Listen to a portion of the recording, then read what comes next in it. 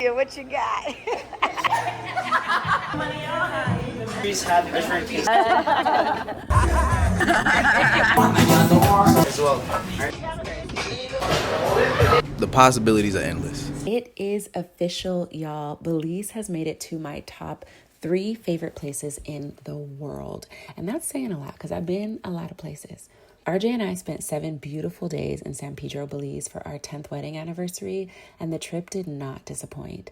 For the next 15 minutes, I'm committed to sharing everything that made this trip so special. To know me is to know that I can't stand a layover, but this one was inevitable because as soon as we touched down, we were met by airport staff who directed us to the Tropic Air Counter, where we checked in for our 15-minute flight to San Pedro.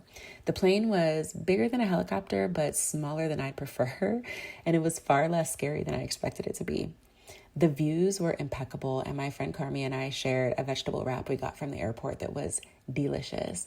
I knew if this was any indication of the food culture in Belize, we were going to have a good time. We booked an Airbnb at Mahogany Bay.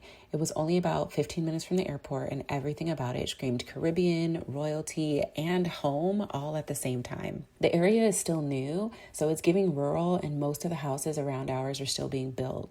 But surprisingly, it was still very quiet, and the builders stayed out of the way as best as they could as we came and went.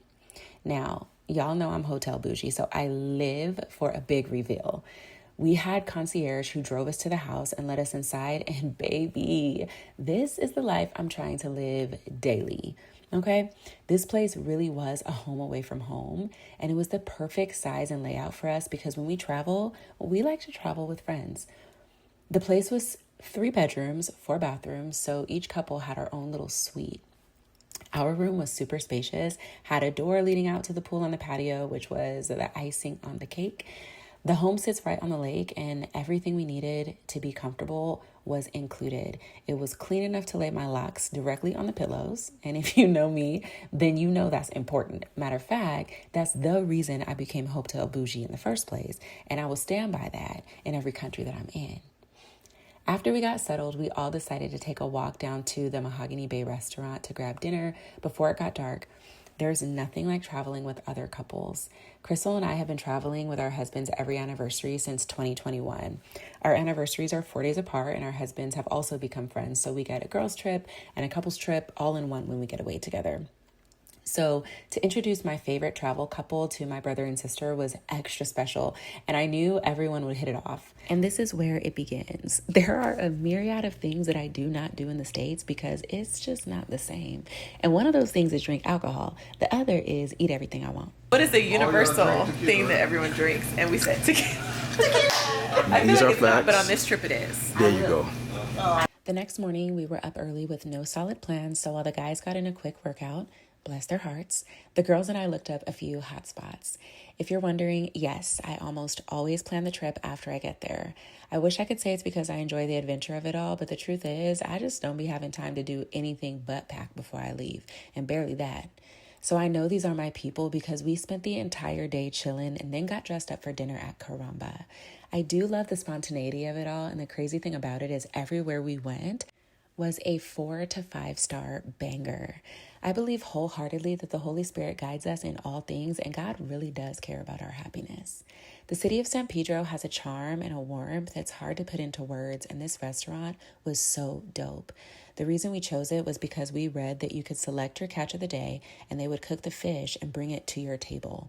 I love to eat fish near any body of water because it's just better that way, but I also live for the core memories, and this place definitely lived up to that.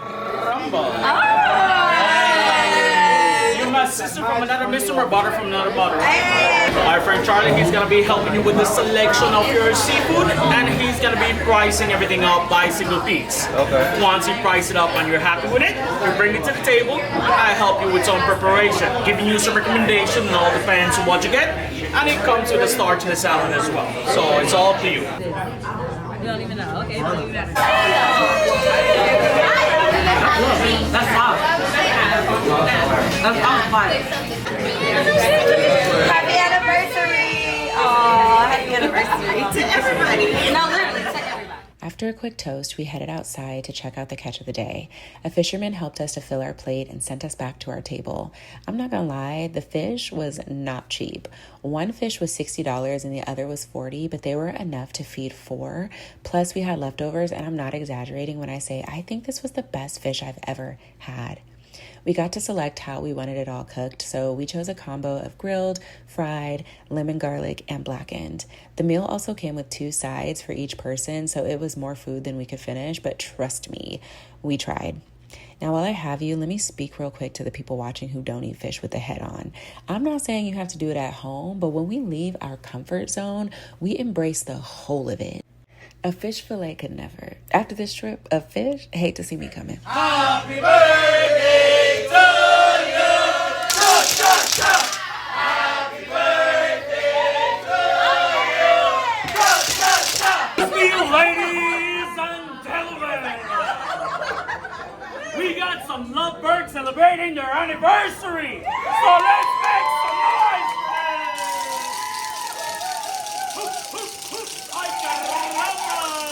After dinner was over, we ordered dessert to go and walked across the street to the sweetest little coffee shop called Saul's Cafe. The owner, Saul, gave us a tour of his cigar store, all locally handmade. He was so proud to share the history of his cafe and how it's evolved over the years. All of the wood carvings you see were hand carved for his shop during COVID when he had to close his doors for a while. If you haven't noticed yet, Belize is a very diverse country. It's a combination of Mexican, Black, and Caribbean. All of my favorite people, so the culture is rich and carries so much history.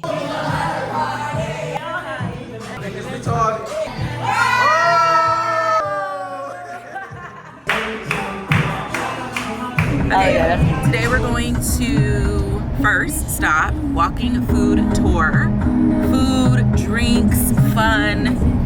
It's gonna be amazing. Then after that, we are going to the Belize Chocolate Company to make our own chocolate. Oh, chocolates. Yeah, who makes chocolate? We chocolate. So we're gonna make some chocolate, and then we're gonna go find some vibes somewhere where we can dance and eat and vibe out for the rest of the night. I love it, love it, love it. Okay, so on day 3, we met our tour guide at the San Pedro sign first thing in the morning. As soon as the tour started, it started to rain, but our guide was prepped for the occasion with ponchos for everyone. First stop was the Fry Jack House. This is a local staple in San Pedro, and it was super close to the meeting spot, so we didn't have to walk too far in the rain. Outfit of the day. Outfit of the day. What are these again? Fry jacks. Okay. So over here we have a sweet and a savory fry jack, right? Sorry. A few years ago, we did a walking tour in Mexico, and it was on that trip that we added food tour to the must-do list everywhere we go. The rain passed after our first stop, so we got to enjoy the walk to the second spot on the tour, Brianna's, where we started to realize that they were going to serve us a full plate everywhere we went. The food was delicious, and like any self-respecting Black folks, we asked for hot sauce and became immediately alarmed because the house options were habanero and beware. As we continued on the tour, we realized that we were in the same area we were the night before. So we came back to see Saul, but this time we got to learn more about his founder story. I love a good founder story because it always reminds me that foundership feels so hard some days simply because it is hard. It takes so much courage to build something from nothing, and it's inspiring to hear about other people's journeys and be reminded that none of us are truly as alone as we feel. Our second to last stop was El Fogón, which means the fireplace. In Latin American cultures, the fireplace represents the gathering place of the household, the center where families share meals and tell stories. Best thing about this food tour was that everything tasted homemade, and we took our time. We didn't rush from one spot to the next. In fact, none of the food was prepared before we arrived. We had a chance to just soak it all in. That's the culture in Belize. It's literally a place that recognizes the sacredness of presence. And every time I travel outside of the country, I'm reminded that presence is one of the most peace-giving values that there is. And for our last stop, Belize Chocolate Company. We had already booked a chocolate making class here, which was scheduled for later in the day, but we were happy to get out of the heat and try all of their chocolates and baked goods before the class started. I'm going to be honest, I did not expect to be educated the way we were educated during this class because I don't think we're giving chocolate enough credit. Our trainer took us from the top and explained step by step how chocolate is made, starting from the moment the cacao fruit is harvested. Like the workmanship. And we thought we were doing something, but we were just being cute because after we ground the cacao beans, he went in way more heavy-handed than us until we had cocoa powder. We taste tested the fruit, the cacao bean, cocoa powder, cacao tea, dark chocolate, milk chocolate. I even tried the white chocolate, and I have never liked white chocolate. But this was so rich and unlike anything I've ever tasted, which is how we know American food is not real. And for the Black folks who grew up on cocoa butter, did you know that it came from a cacao bean? This is actually what they use to make white chocolate. But before he did that, he let us rub it into our skin and taught us about all of the health benefits found in fresh cocoa butter. Y'all, never again will I treat chocolate like it's common. So when we landed in Belize, what were you guys' first impressions about the trip, how it would go, the people, the location? I just immediately just thought it was beautiful. For me, this is a place I've never been. This is a place I never thought to go. Yeah. And to be going with you guys, and to be going here for such a purpose of celebrating love. We had a little time just to relax inside the chocolate shop, so Carmi and Steve surprised us with an impromptu interview about why we're so passionate about couples trips, and we turned the mics on them. We'll share the details in another video, but this is what I mean by what is even time? Next, we headed to one of the highlights of our trip, the truck stop. Crystal loves to dance, and we never, ever say no to live music. And if you're looking for good food and great vibes, the truck stop is a cannot miss. The Crocs are an optional attraction. There are some adventures I just don't have to experience, and this is one of them. Also, this is one of them. The way the iguanas were so comfortable around people was wild, and the people were the same toward the animals. Everybody just vibing.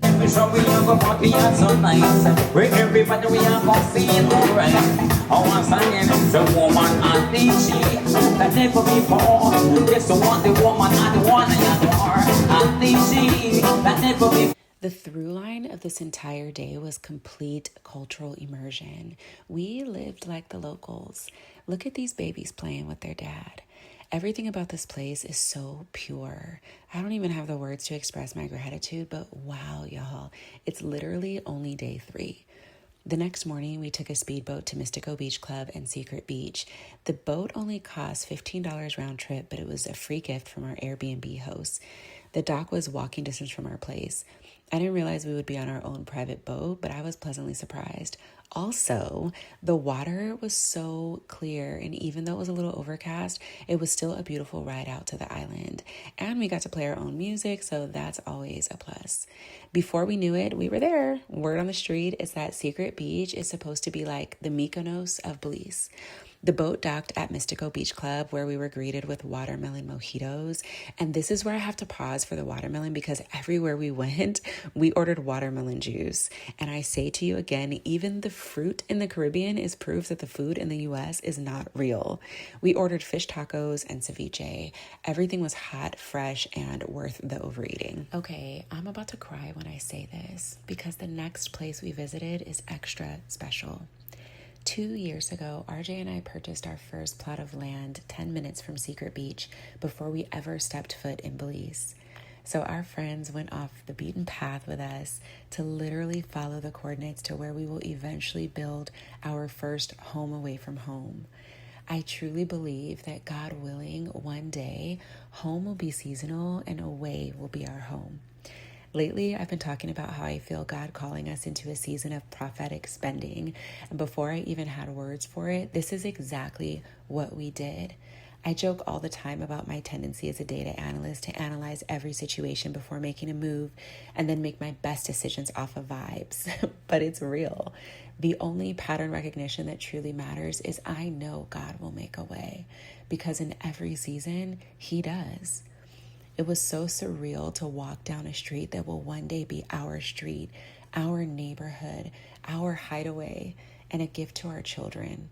The experiences we've shared have been out of this world and beyond my wildest imagination. And I'm so thankful because I know how blessed we are. Happy birthday. We had a little under 2 hours before we had to head back to the boat dock, so of course we stopped at the famous Blue Bayou. This place is the best representation of the spirit of Secret Beach. The tables are fully submerged in the water, so it's bathing suits only for the full experience. You could rent a floaty, then head to your table, and the food is delivered right to your seat. Everything about this place was very much a fusion. It felt random, but also perfectly aligned at the same time. We made it back to the boat just in time to catch the sunset on the way back to our little place at Mahogany Bay, where we showered and headed out for a more upscale dinner at Elvie's Kitchen. Of all the places we ate, this one was definitely the nicest. We were looking for a place we could get dressed up and go out, and the ambiance at Elvie's Kitchen was perfect for a date night out. If you visit, I recommend making a reservation because unlike everywhere else, this place was actually packed. Even with a reservation, we waited about 15 minutes at the bar before our table was ready, which we didn't mind because it was super nice. We ordered a few appetizers and they gave us free banana bread to start that tasted like someone's grandmother made it in the back. It was so good. All the food was just amazing. The presentation was beautiful and we didn't wait too long to eat. Another toast to night number 4 and we were headed back to the house. Okay, so earlier that day, Carmi and Steve snuck away and rented the most tricked out golf cart that was available. And in the spirit of spontaneity, we ditched the taxi and crammed up in that thing.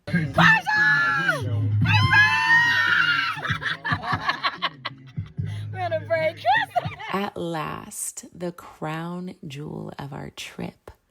We booked a private day tour with Captain Darwin Adventure, and we honestly underestimated how amazing this day would be. 2 fishermen picked us up from the marina near our Airbnb, and we headed out to the middle of the Caribbean Ocean. The water was clear, and the weather was absolutely perfect. They had enough fishing rods for all of us to fish, but we left that to the men because as far as we were concerned, honey, we were on a private yacht, and we were just there to look cute. One piece of advice I will give is to connect with the locals. On our very first night in Belize, our server told us he had a friend who would take us out on a boat, let us fish, and host a private beach barbecue, and this experience exceeded our expectations. Because look at my man and his little red snapper. We fished for a few hours before they took us to a private island where we were able to get out of the boat into knee-deep water, walk around, take photos, and RJ even got to try spearfishing for the first time because the water was crystal clear. He is such a water baby. All types of birds surrounded our boat because the fishermen were cleaning the fish that we just caught and preparing our lunch. This man lit a fire in the middle of nowhere, and he made the best grilled fish with veggies and potatoes and some type of creamy white sauce while we stayed on the boat and enjoyed what had to be the world's greatest ceviche I have ever had in my life. No shade to Mexico. But Darwin was not wrong when he said that he would absolutely beat the first best ceviche that I'd ever had in my life. While we waited, RJ finally found a fish he could catch with his spear, but Darwin told us that this specific fish was catch and release only because they protect the area. He was pissed, but we had more than enough fish to fry. We caught enough fish for all 6 of us to eat and take home leftovers. Everything was perfect. We didn't know what to expect, but again, we were completely wowed. This was hands down the best way to spend our last day in Belize, and we will definitely be back to hang out with Captain Darwin Adventure again the next time we're there. The next morning, it was back to the airport for our little group. This was a really hard place to leave, guys, but I know we'll be back before we know it.